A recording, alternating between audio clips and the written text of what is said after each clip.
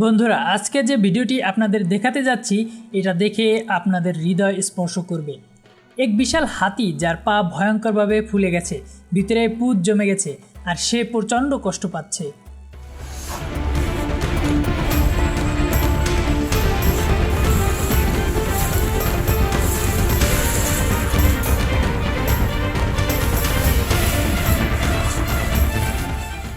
কল্পনা করতে পারেন এত বড় প্রাণীও যখন ব্যথায় কাতরায় তখন তার অসহায় অবস্থা কতটা ভয়ঙ্কর হতে পারে।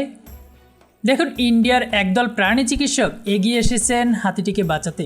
হাতির সামনে দাঁড়িয়ে থাকা মানেই ভয়ঙ্কর ঝুঁকি, কারণ ব্যথার কারণে হাতি অনেক সময় উত্তেজিত হয়ে যায়। কিন্তু এখানে দেখুন, হাতিটি যেন বুঝে গেছে এই মানুষগুলো তাকে সাহায্য করতে এসেছে।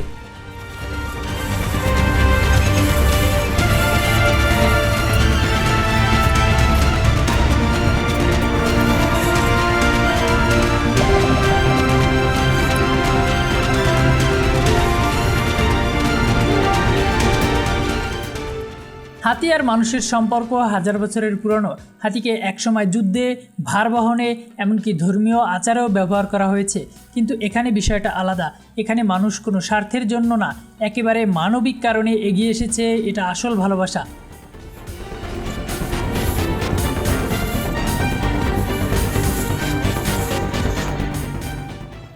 দেখুন কিভাবে 7-8 জন মানুষ মিলে হাতির পা ধরে রেখেছে, আবার কেউ ওষুধ দিচ্ছে, কেউ পুঁজ পরিষ্কার করে দিচ্ছে।